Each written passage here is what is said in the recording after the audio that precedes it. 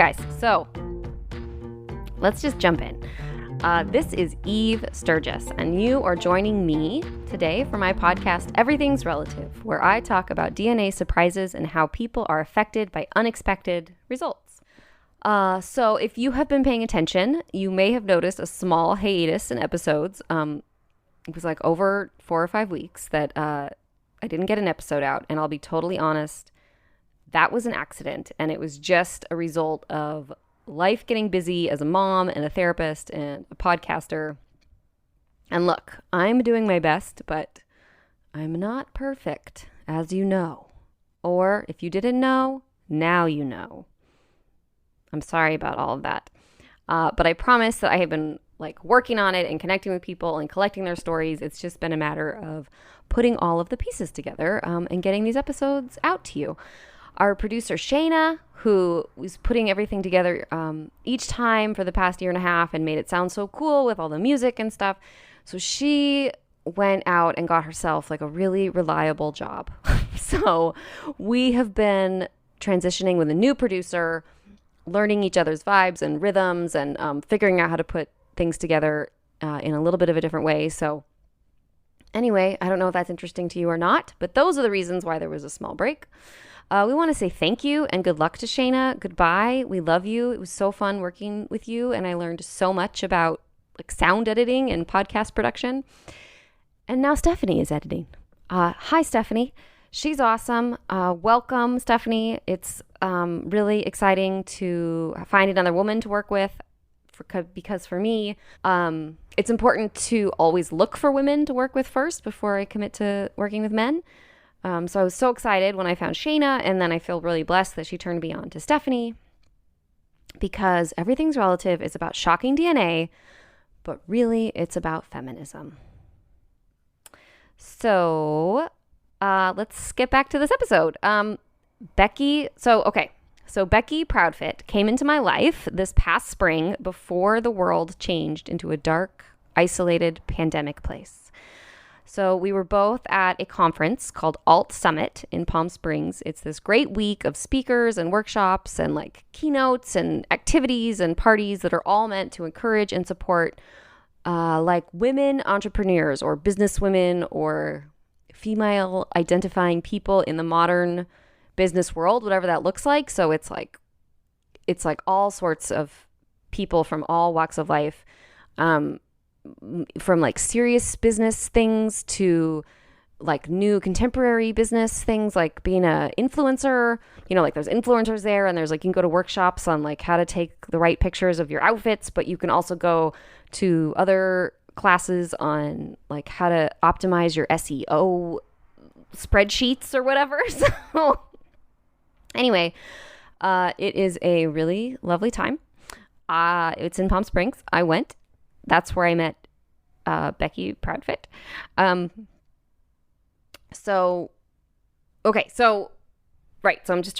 trying to get focused, guys. It's been a little while. It was a long day. I've had a little bit of wine. So I'm at this conference at Alt Summit in Palm Springs. And there was a meetup evening where tons of different people could announce different groups that you could go meet up at. And there was one for podcasters. So I went, and exactly what I keep saying happened, which is that I said what my podcast was about. And this woman said oh, that happened to me. So we got to talking. She's great. Becky is one half of a kick-ass podcasting duo. I don't know if they would appreciate if I said they were a kick-ass podcasting duo, but they are really wonderful podcasting. So Becky Higgins and Becky Proudfit have their own program called Cultivate a Good Life. You guys go look it up on whatever podcasting platform you want. They're everywhere. It's a wonderful, fun program where these two friends talk about everything, and they explore life together as moms, as women, as wives, all the things in between. They have great guests, and they're all about being authentic, and they they're really honest about their achievements and their challenges and life, and they've been friends for a really long time, and you can tell because their chemistry is amazing, and they have great talks and great guests, and they're really good people, and they make a really good podcast. So, all of that to say, I feel so lucky that I just happened to muster up the courage to go to this meetup all by myself one night in Palm Springs and meet them. Uh, and that's where I found Becky. And like, for whatever it's worth, Alt Summit was the last event that like many of us, if not all of us, went to before the world like completely shut down. So there is kind of like a bittersweetness to the memories of that week that mightn't have been there if we'd all like returned to regular life. So all of that is a part of my relationship to Becky. So she has 4 kids. I have 3 kids. We're all trying to survive through this pandemic, and she lives in Arizona. So we met back in March, but we finally just connected again for this call. And you guys, it's like the universe or God or whatever higher power you might believe in wanted me to talk to Becky this week. Because she was talking about her, but it's another one of those experiences where she, or a person, but I'm talking about Becky, was talking directly to me, like about me and the struggles that I am facing and the feelings I am facing. And it was so meaningful.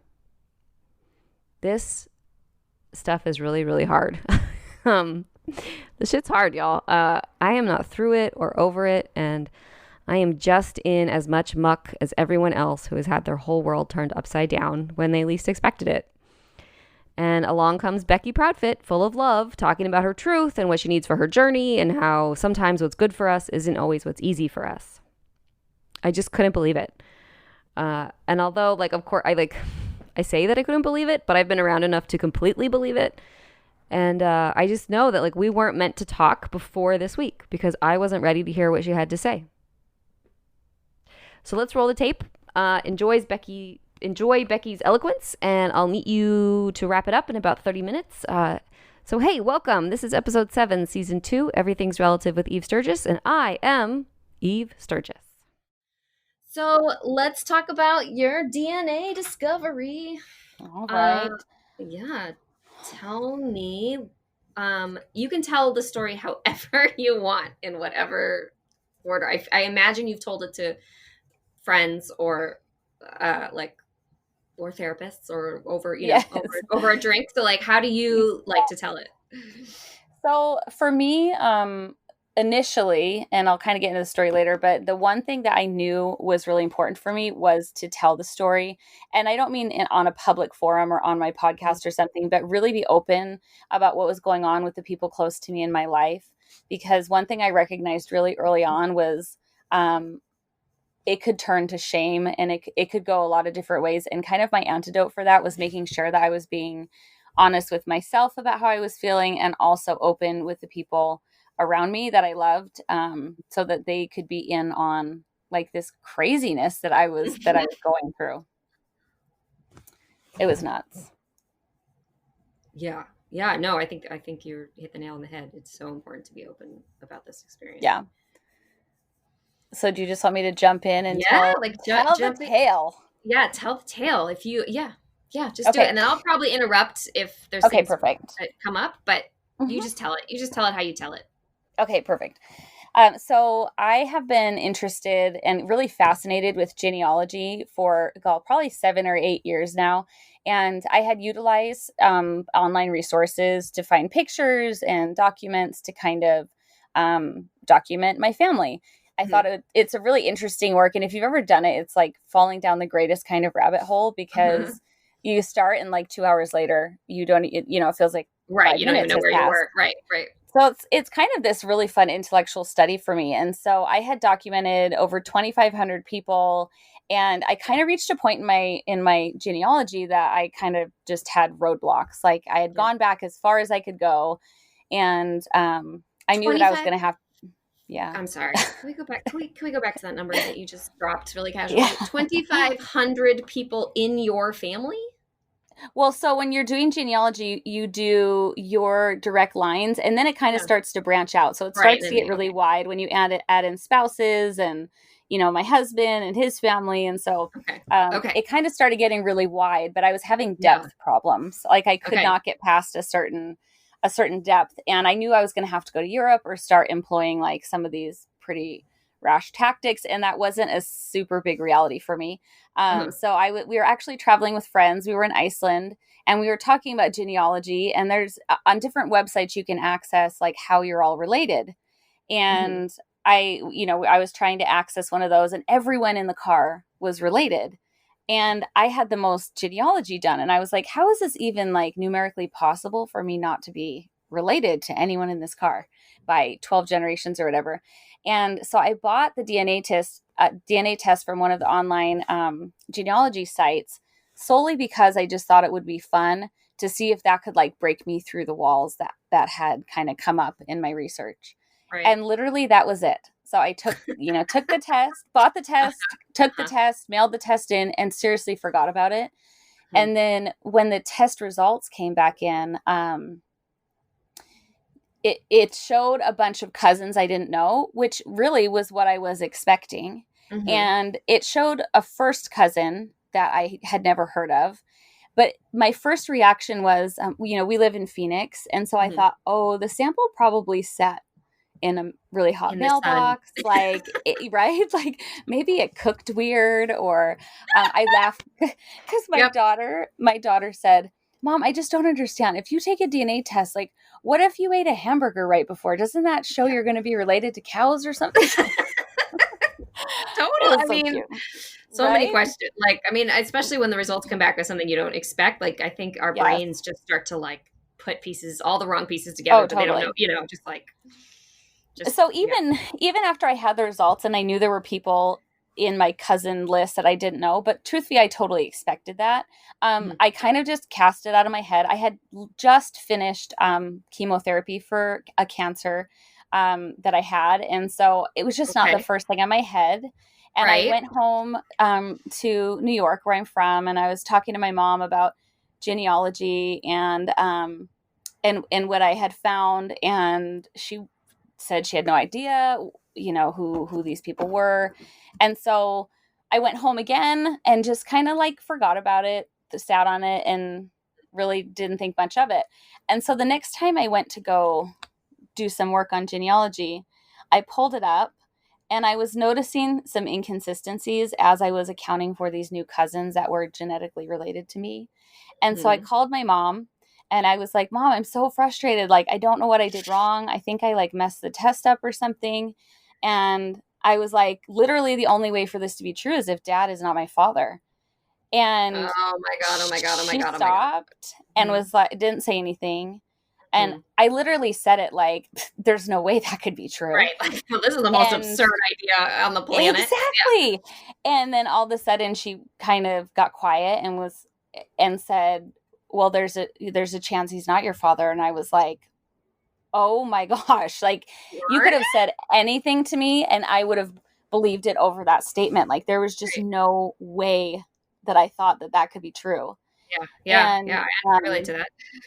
yes, and then immediately I felt such a surge of love for my mom because as my brain started to wrap my mind around what that meant and what that meant for my mom and for my dad, like I was just overwhelmed with love for them in in a way that I have never been before because I felt like I understood so much better. And so Hmm. I just said to my mom, this doesn't change anything. Like, don't, I'm fine. And I really, truly was okay. It was more interesting data. And so I got off the phone with my mom and I called my husband and I was like, you are not going to believe this. Did she And explain anything at that time, or did you just say like, "I love you"?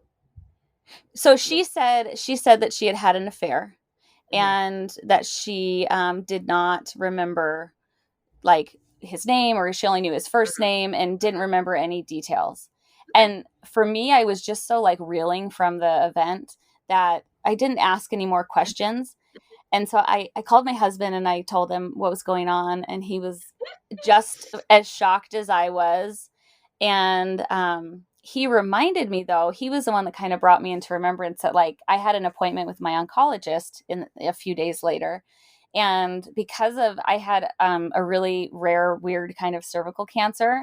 But when you have cancer, they do intensive medical histories of your family, like generations back, Oh because it my can gosh. actually impact like the kind of treatment they give you, or just different things. If you have a breast cancer history, there's different things they have to add into your chemo and surgery schedules, and the way that they track you and all that stuff. And so he said, honey, we have to find out who your dad is. And Mm-hmm. it was the first time I was like, oh my gosh, like this is a real person, and I like, for my health, I have to find him. And so I hopped on social media, and my mom had shared his first name. And then when I called her back a few hours later, and I was like, Mom, I need more information. And I was like, I need locations. I need anything. And it turns out that she did have his last name. She was just so shocked from that phone call. She didn't have time to process. And Sure. so in that second phone call, she was able to share his last name with me. And so, I hopped right on Facebook and typed it in and found all the people under that name in the country, and tried to like make connections and figure it out. And then I came across a profile picture of this man, and I thought, oh, maybe like I see some similarities. So then I went onto his account, and I was looking down, and I saw a comment made, and it was like a person who had frequently commented, from this girl named Sarah. And when I looked at Sarah's account, like we could be twins. Like it is the most bizarre thing I've ever seen. Uh-huh. And so I Facebook messaged Sarah, and who is actually my cousin, my first cousin. And Mm-hmm. I said, this is so weird. I can't, like, I'm having an out of body experience even writing you this, but I Mm-hmm. think that this guy could be my father, and I don't know how to get in touch with him. I've had cancer. Like, it's okay if you don't want to know me. I just need your medical information. Mm-hmm. And within, I mean, 10 seconds, I swear, she responded back and was just so kind and so loving and so amazing. And my husband was laughing because I was like, I can't believe she's just so awesome. And my husband's laughing. He's like, because honestly, Beck, that's exactly what you would do if the roles were reversed. Like, you'd be acting exactly like her. Yeah. And Yeah. it was just another one of those like affirmations of, man, how crazy important genetics are. But so anyway, so Sarah was able to get me in touch with my biological father, and he had no idea that I existed. And we talked on the phone, and I discovered I have this whole other side of my family. I still have a grandma that's alive on that side. I have cousins. I have two sisters that I didn't know I had. And so the whole experience meeting this biological father and the extended family was So you actually really positive. went. Okay. So you went and met them. So first we just talked on the phone. And I talked on the phone with my grandma and my biological father and my uncle and cousins. And we did that for about 6 months. And then about 6 months later, my husband and I were on the East Coast for a work conference. And we decided to drive up to meet them in person, just he and I. Hmm. And so first we met that side of the family, just he and I. And then a year later, we brought back, last October, we brought back our kids, and they were Mm-hmm. able to meet kind of the family on Yeah. that side. So that was super, super fun. Super fun. And what is let's see. I have so many questions. Yes. I'm sure you're so used to, like, so many times when I tell the story, I'm like, okay, just hold Yes. on. Like, everybody hold on. Like, we're gonna get to that part. Like, hold on. I Yeah. promise. So, okay, so your mom still alive. Is she still married Yes. to her Yes. husband? And that's Yeah. who So you thought was your yeah, so the dad who raised me, my mom they're still married. dad? Hmm. And I have four siblings, and they have a really, really strong marriage. And so I found out that my father who raised me, was aware of the infidelity when it happened. So that was not Hmm. like a hidden thing. It Hmm. just wasn't known that I wasn't his, although Hmm. as we've had subsequent conversations, he, I think, had inclinations as I was Sure. growing up, just because of physical resemblance. Hmm. I don't Hmm. I don't look like anyone in my family, and so Hmm. I think that physical resemblance to my biological father was pretty significant Yeah. when he was younger. And so I think he knew deep down. I Yeah. think Yeah. I think they both knew deep down. I just think it was so painful Mm-hmm. that Mm-hmm. they didn't want to think about it. No way. No And so just way. kind of pushed Mm-hmm. it away instead of finding out. Yeah. Um, so and that honestly was the hardest part for me. So, Mm-hmm. and you'll like, this is the most openly I've talked about it. I was talking to my husband last night and I was like, well, I can tell the filtered story or I can tell the actual real story. And I thought, if there's a podcast where like the real story needs to be, it's this one. Oh. Um, because this is the place where people come when we're going through the same thing. Um, in those days following when I first found out, I had a lot of anger sink in, Oh. and a Yeah. lot of things from my childhood became a lot more clear. And Mm. so honestly, the whole experience start to finish has actually been a really good one for me. Not an easy one, but I Right. feel Right. like I know more of who I am and it makes more sense to me. Yeah. The way that I exist in my family, and Mm-hmm. I Mm-hmm. understand more.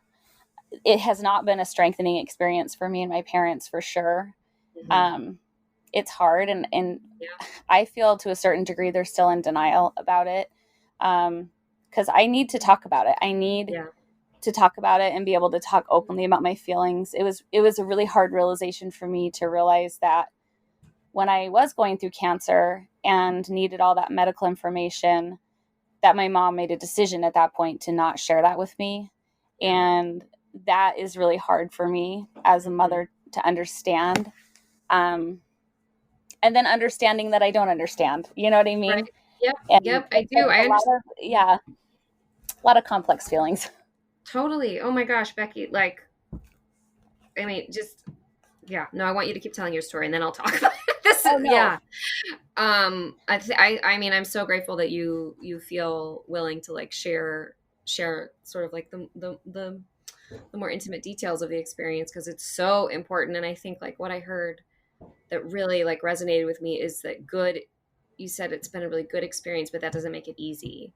And Yeah. like that good isn't always easy. The good way, that's really huge. And I actually am really struggling. I'll just tell you some personal information about me now. Yeah.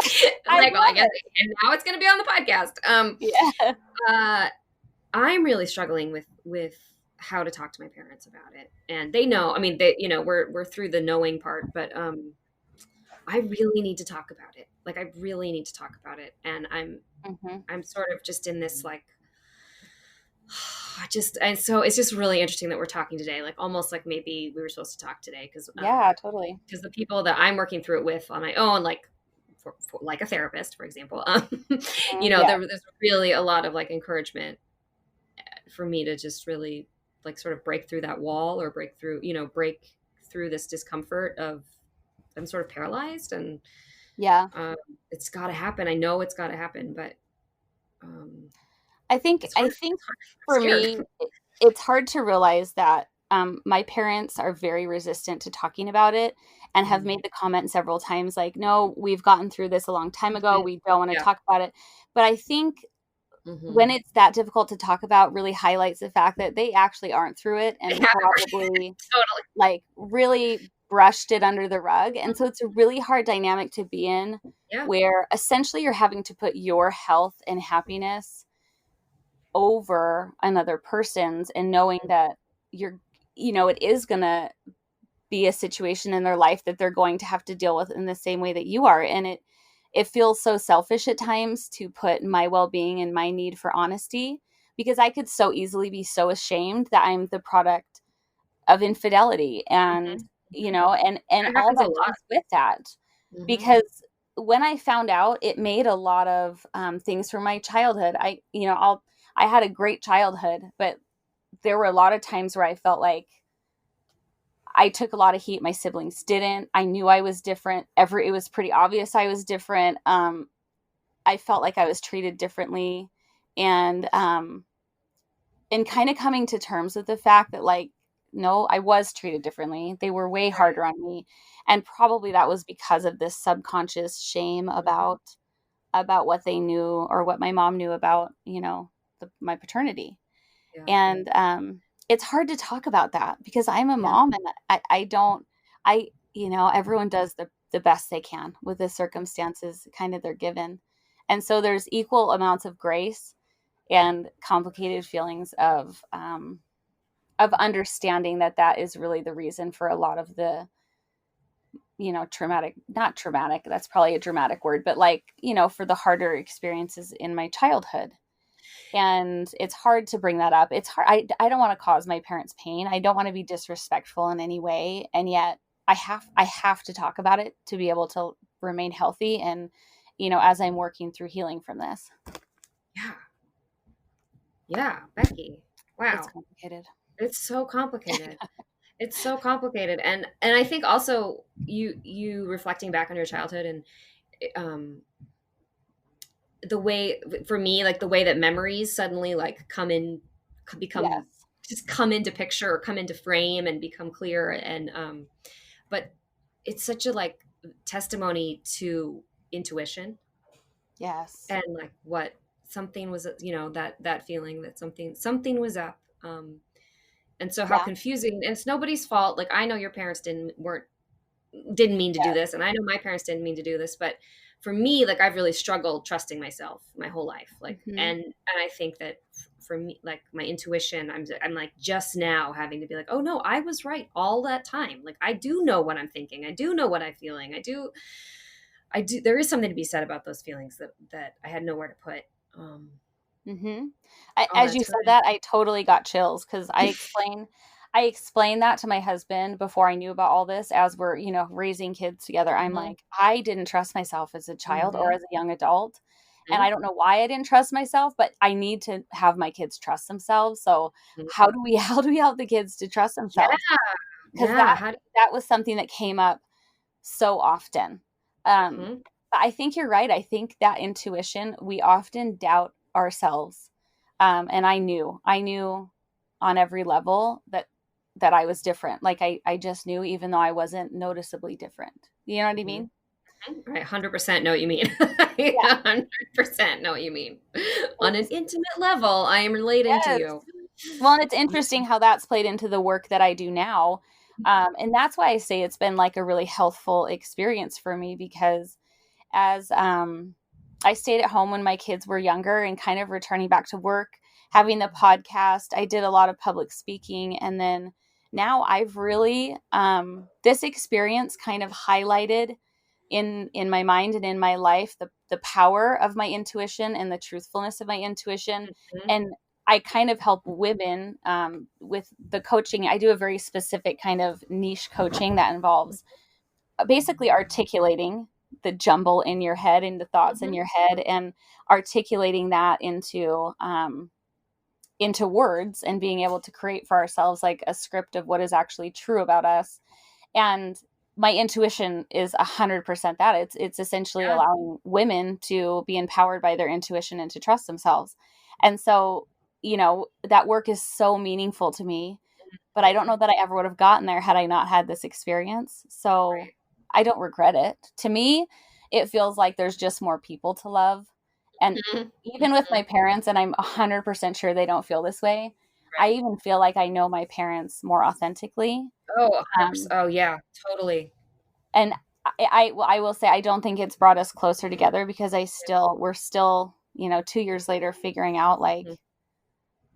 boundaries. I don't know, or how to talk Yeah, about it, and probably not totally. doing a great job at it. Um, There's no playbook for this one. there isn't, and there's so much. I feel for my mom because really healing from this means outing herself as Mhm. having Mhm. an affair, Mhm. and Mhm. that's complicated. There's a lot of people involved, and that's painful. Mhm. And Yep. it makes me sad. It makes me really sad for my mom that Yeah. she can't own that as part of her story and forgive herself and be okay enough with it, where it becomes a meaningful part of the story and not just like, this damaging, awful part. Right. That's something that defines her. Hmm. Yeah.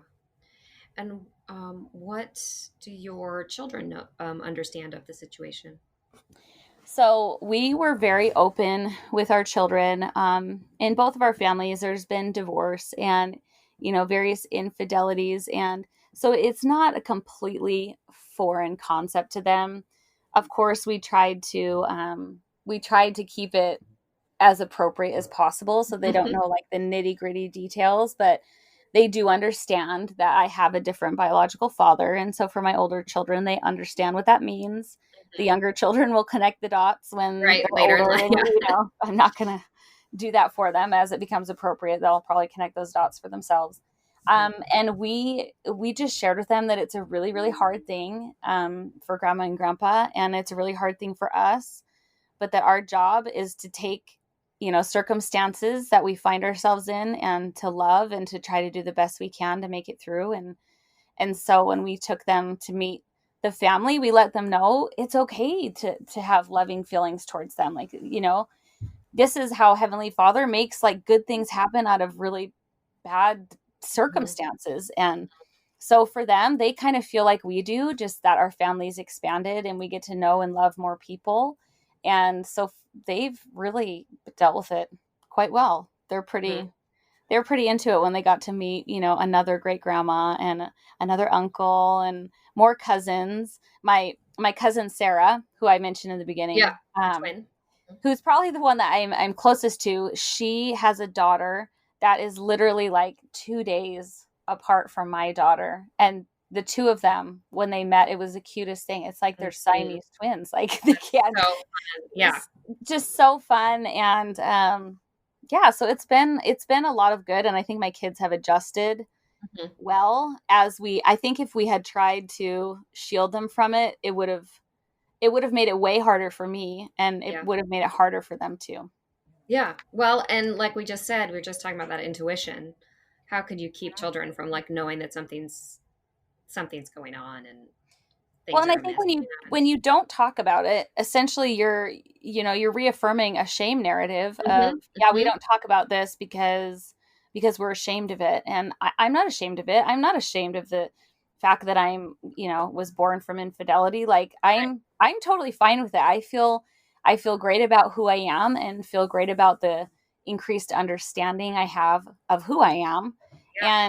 And I don't ever want to encourage them to feel like they need to keep their mouths shut about something because of me or because of, I don't ever want them to be increasing in any way with shame or guilt and then burying it. And that's just not something I want them to do. And so we do the best we can to try to model how not to do that for them and hope that, Right. They'll follow a similar path. Right. Right. Doing what you feel is best.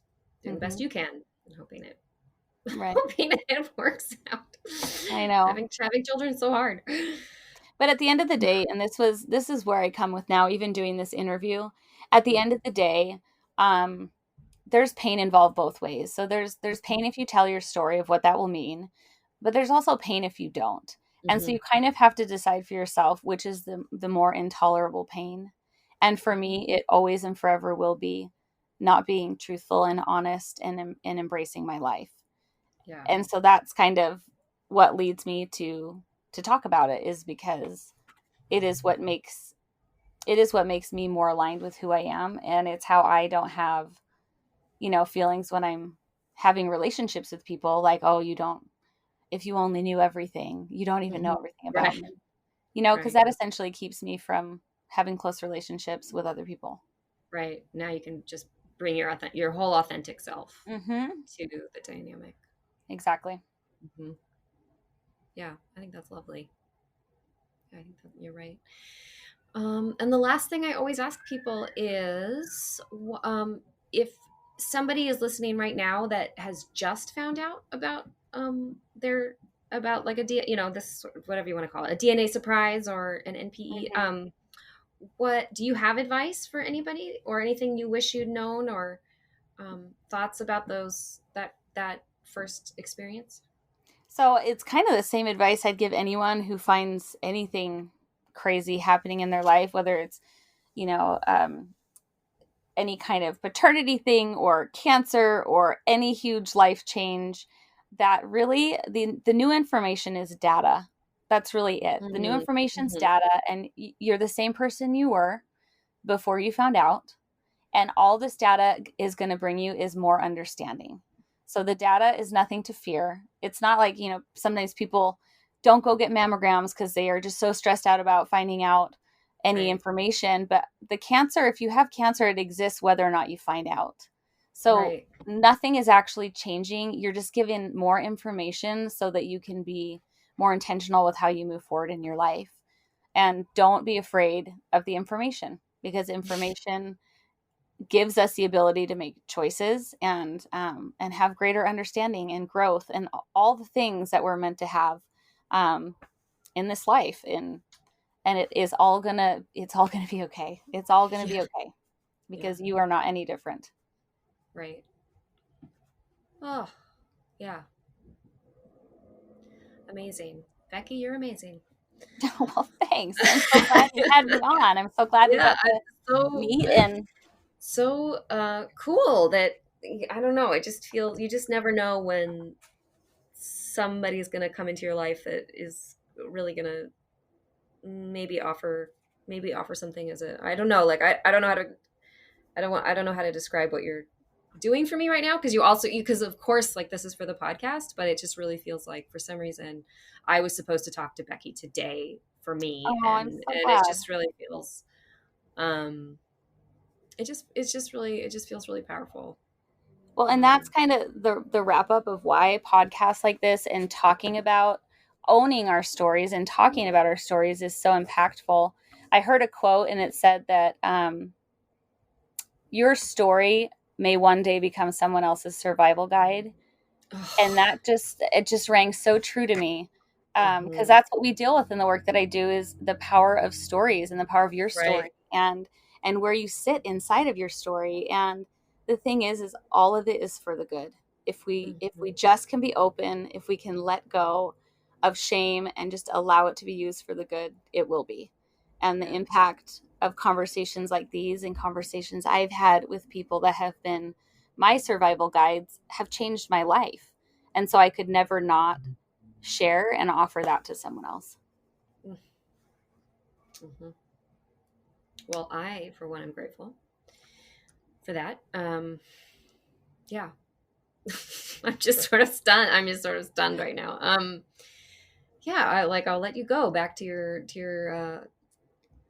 distance learning parenting day. And, distance learning. Oh man. Distance learning is a hard trial. So I need to remind myself that my story with distance learning will be someone else's survival guide. Right. Exactly. Thank you so much, Becky. This was so awesome. It makes You're welcome. Thanks for having me.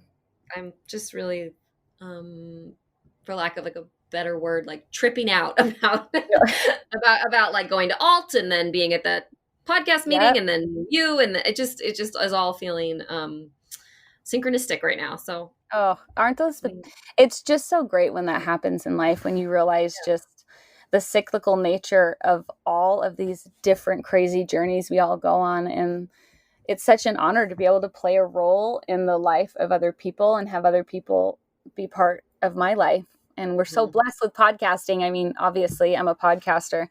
Podcasting is like the very best thing ever, because you get to find community and support and get to relate to people that are going through these crazy things you imagine no one else could be going through. And it's all possible just through this powerful new medium that we love so much. Yeah, absolutely. Well, I'm so grateful that you got to jump on with me today, and I will keep you posted about when this is gonna air, and it will probably be very soon. Okay.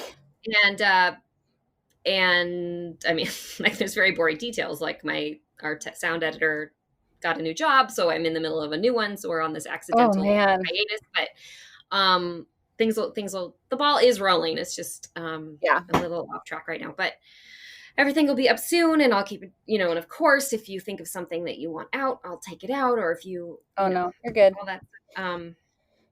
But yeah, thank you so much. This was a really big one for me. So I'll just be thinking about this for today. I'll be marinating in this one, and we'll keep in touch too. I will hear from you, and if you ever need someone to talk to, I'm always here, because how many people, there's so few people that have been on this crazy journey and can understand all the depths of the different feelings. Yeah, thank you so much. I feel really, it's sort of, it's unexpected, although what did I expect? But I feel really connected to you right now, and it just feels really good. So crazy, right? I purposefully keep a lot of my personal story very private on this podcast, but I think that you all know by now that if you've been listening, that I am very much in the middle of my own DNA discovery. And it's hard for everyone involved for all sorts of reasons. But Becky showed up on Monday with wisdom that I needed to hear. So I am grateful that she was willing to come on my podcast and share her story for all of you so that everyone can know that they are not alone, or they can develop empathy for someone near you that's going through this, or maybe someone needs to think twice before committing to keeping secrets that may affect someone in the future. But I am personally grateful that she showed up just to talk to me for me. I will keep you updated as things slowly unfold in my own life. I do drop hints piece by piece for you. I keep it private, but if you know what to listen for, there's hints along the way of what's going on. But anyway, that brings me to support for Everything's Relative with Eve Sturgis. So I know that times are really tough for everybody. They're tough for us as well. So I don't want anyone to feel pressured, but I don't know. I'm going to say this is like, I'm going to beg for this, but I also don't want you to feel pressured. So whatever the balance is between me begging and you feeling pressured, there's like a sweet spot, and that's where I want to be. But what I would love for you to do is to support the podcast and the cool people who work on it by joining our Patreon or becoming a Patreon. Do you join Patreon or do you become a Patreon, or is it both? I'm not sure on the verb. But anyway, the point is, as little as $1 is more than $0. And we would be so appreciative for your support, whether it's a one-time donation or recurring, like a couple of bucks you toss our way each month. And if you become a Patreon, what I would love to do is start offering perks to you, creating a community of like all the listeners with the guests. We can have some parties and some meetups and some Q&As or some t-shirts or something. It could be more fun, but we need more Patreons. And if you need more episodes or want more episodes, we need more Patreons. I don't know how I can say it more tactfully, less tactfully, more tactfully than that. So get on over there.